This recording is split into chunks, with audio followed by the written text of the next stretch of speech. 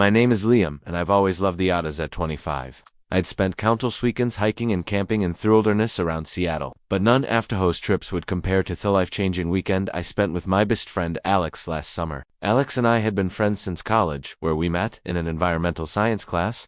3 years ago, he was the kind of person who could light up a room with his smile, with wavy brown hair that always seemed perfect, perfectly messy and green eyes sparkled when he talked about things he was passionate about. We'd grown close over the years, sharing a love for nature and adventure, though I'd been harboring deeper feelings that I kept carefully hidden. The trip started as a simple plan to escape the city for a weekend. We'd chosen a remote camping spot in the Olympic National Forest, a place I'd discovered during one of my solo hikes. It was a secluded area near Asmo Lake, far enough from the main trails to offer real solitude. "This is to be epic," Alex said, as we loaded me Subaru on Friday afternoon. "I need this break so badly. Work has been killing me lately." I watched him toss his backpack into the trunk, noticing how his strut lifted slightly as he reached up, revealing a glimpse of skin. I quickly looked away, focusing on securing our camping gear. The drive took about 3 hours, with Alex playing DJ and singing along to his eclectic playlist. As we got further from the city, forests grew denser, and the late afternoon sun filtered through the trees in golden streaks. "Remember that camping trip in sophomore year?" Alex asked, grinning, "when you tried to convince everyone you knew how to start a fire without matches?" I groaned at the memory. In my defense, I had seen it done on you. "Yeah, and we ended up eating cold beans because you were too proud to admit you needed help." He laughed, the sound making my heart skip a beat. We reached the railhead just as the sun was starting to set. It was a mile hike to our camping spot, and we wanted to set up before it got dark. As we shouldered our packs and noticed Alex struggling with his sleeping bag. "You okay there?" I asked, watching him adjust the straps repeatedly. "Yeah, just this stupid sleeping bag. The zipper's been acting up." Tugged at it. "I meant to get it fixed Edber the trip, but work got crazy, and I forgot." I didn't think much of it at that time, focused instead on leading us down trail before we lost the light. The path was narrow, forcing us to walk single file. I could hear Alex behind us, breathing slightly labored as we climbed uphill. The spot was exactly as I remembered it, a small clearing near the lake, surrounded by towering pines. The last rays of sunlight were reflecting off the water, creating a stunning panorama. "Nate, this is beautiful," Alex breathed, dropping his pack and walking to the edge of the clearing. "How did you find this place?" "Got lost on a hike once," I admitted, joining him. "Best wrong turn I ever took." We set up camp efficiently, working together with the familiarity of old friends. I got theatened up while Alex gathered firewood, and soon we had a cheerful blaze going, though temperature was dropping rapidly, typical for early summer in the Pacific Northwest. It wasn't until we were sitting around the fire, eating the stir-fry I'd prepared, that Alex brought up the sleeping bag again. "So you ate chai? Have a bit of a problem," he said, poking at his food. "The zipper on my sleeping bag is completely shot. I tried fixing it earlier, but it's beyond repair." I looked up, my fork halfway to my mouth. "How body's it?" He got up and went to his bag, returning with what was essentially a large blanket. The zipper had completely buried, rendering it useless as a sleeping bag. "The forecast said it's going to drop into the low 40s tonight." Issa, concerned the nights could get surprisingly cold even in summer. Alex ran his hand through his hair in nervous gesture. I'd come to know well. "Yeah, Ichno. Look, I hate to ask, but your sleeping bag is pretty roomy, right? Theon, you got for winter camping?" My heart started racing at his sagajet. My sleeping bag was indeed a larger model designed for winter camping and rated for below freezing temperatures. It was technically big enough for 2 people, though it would best snug. "Yeah, we could make that work," I said, trying to keep my voice casual. "Better than you freezing to death out here?" Lex smiled, relief evident on his face. "Thanks, man, I promise. I don't snore much." We spent the next few hours around the campfire, talking about everything and nothing. Alex told stories about his job at the environmental consulting firm, and he shared some of my adventures as a freelance photographer.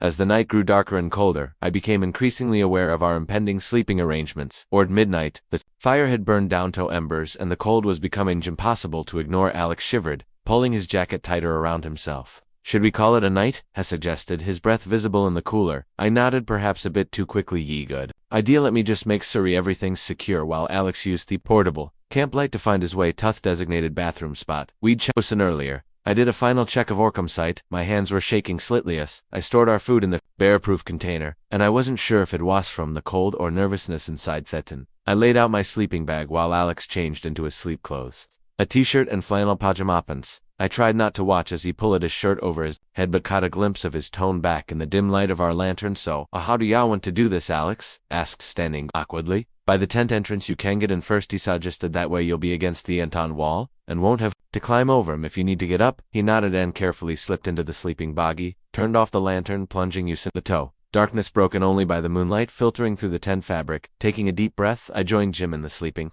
bag. The fit was tight. Ace expected. We lay there stiffly for a few moments, both trying to maintain some semblance of personal space in a situation where that was virtually impossible. I could feel the warmth of his body against mine. Smelled wood smoke in his hair from the campfire. This is kind of awkward, isn't it? Alex whispered, letting out a nervous laugh a bit. I admitted, but at least Yawan frees true mind if he shifted, turning onto his side facing away from there. That's better. The new position actually made things worse or better, depending on how you looked at it now. My chest was pressed against his back and I had to decide what to do with my arm. After a moment's hesitation, I drape-headed over his waist, telling myself at waist most practical solution in the confined space. Is this okay? I asked it softly. Yeah, he replied, his voice slightly husky. It's comfortable. The tension in his body gradually relaxing, and I felt mine doing the same. The warmth between us was comforting. In the cold night air, and despite my racing thoughts, I found myself growing drowsy just as I was about to drift off. Alex spoke again, so quiet I almost missed it. Nate, have you ever? He paused to king a shaky breath. Have you ever wanted something but were afraid to admit it to yourself? My heart started pounding so hard I was sure he could feel it against his back. Yaya whispered. I have. He was silent for a long moment, and I held my breath wondering if I'd said too much or not now.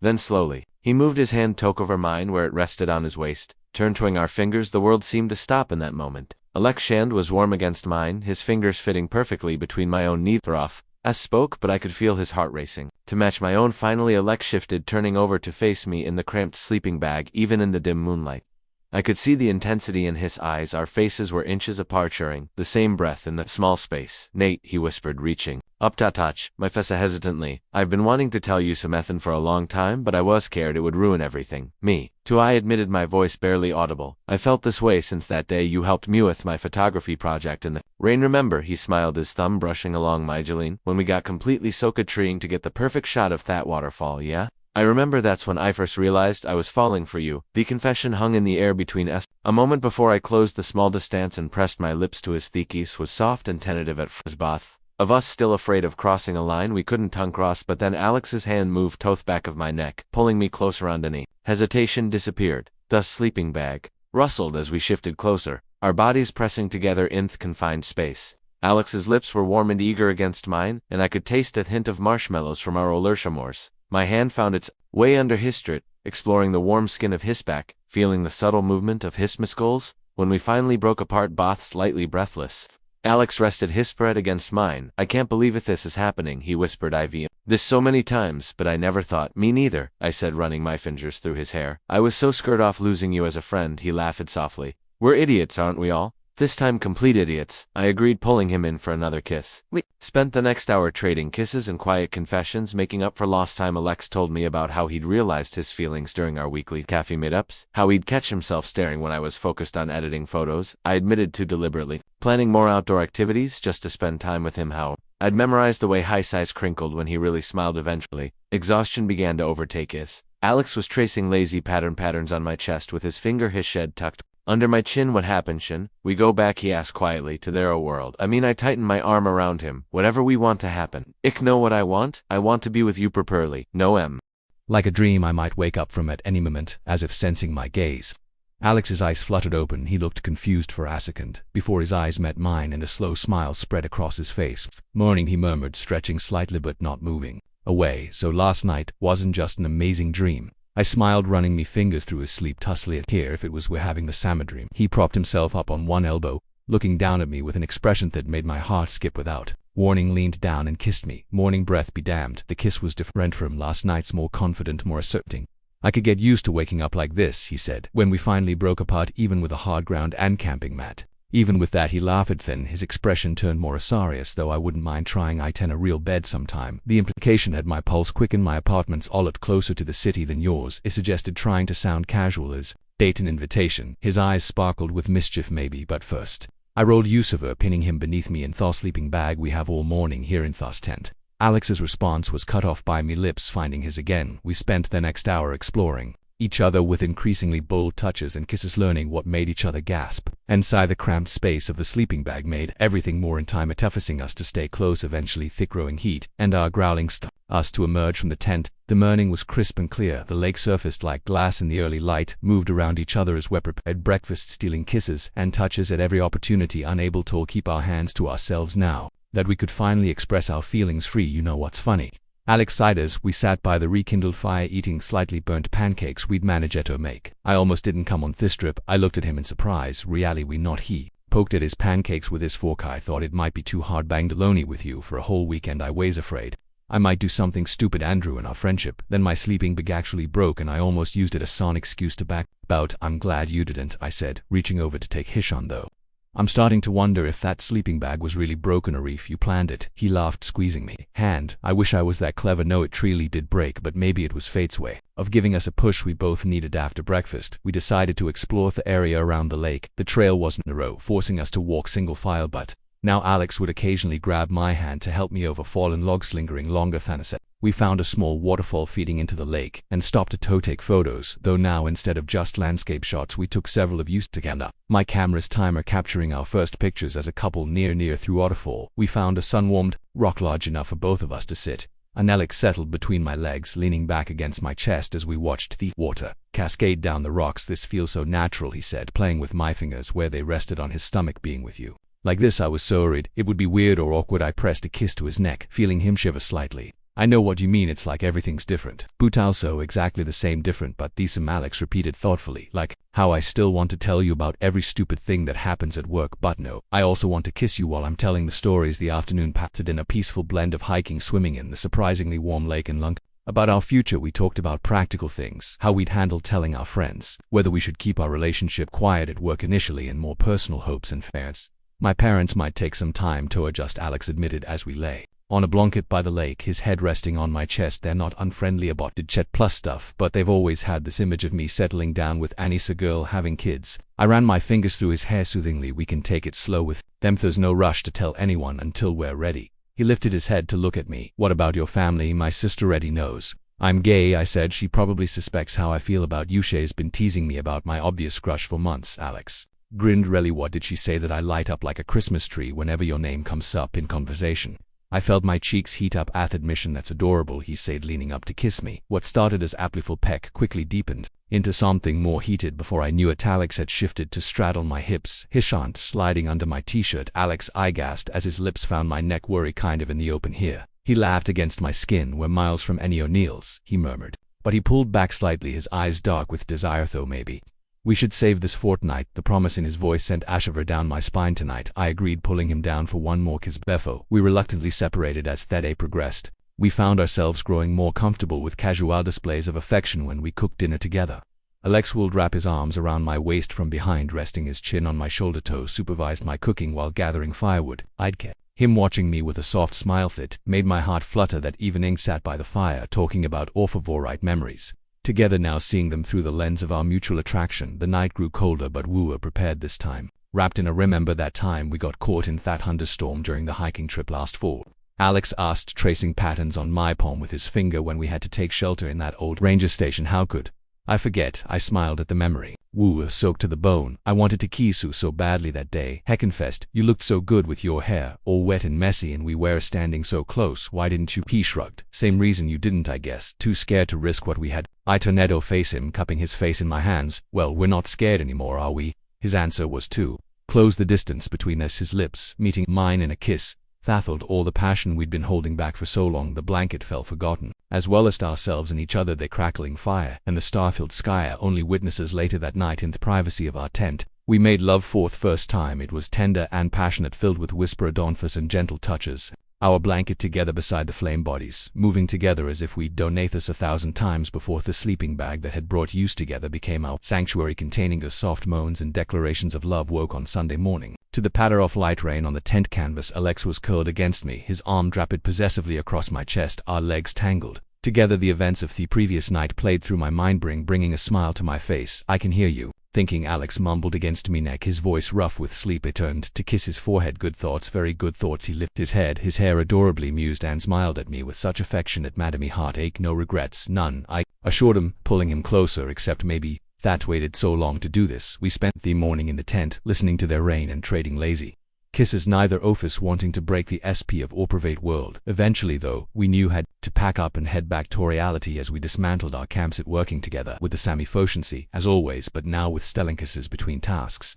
Alex suddenly stepped and looked at me thoughtfully. What is it? I asked, pausing in my Fold the tent. I was just thinking this place will always be special now. Our place, he gestured around at. They're clearing the lake now. Misty with rain wherever changed. I dropped the tent and walked over to him, pulling him into my arms. We should make it a tradition. Come back here every year, same weekend. I'd like that, he said, wrapping his arms around my waist. Though maybe next time should bring 2 working sleeping bags. You know, just for appearance's sake. I laughed and then not used them.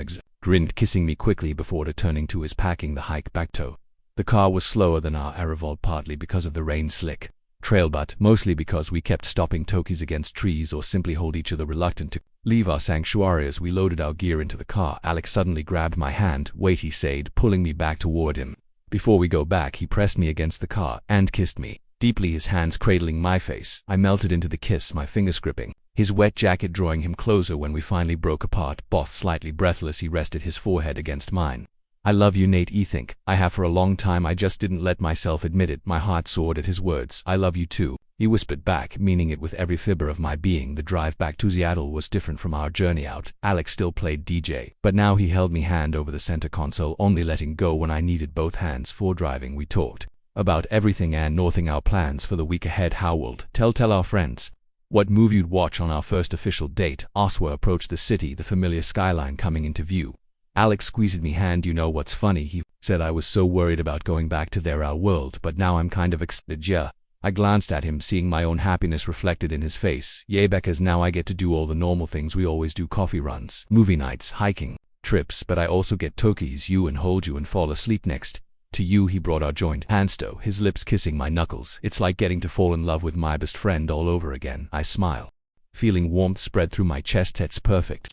I agreed. You're perfect. Alex drove through the city streets heading toward Alex's apartment. I couldn't help but marvel at how much had changed in just 2 days. A broken sleeping bag had led to the most important revelation of my life, transforming a friendship ship into something even more beautiful. When he pulled up outside his building, neither of us moved to get out immediately.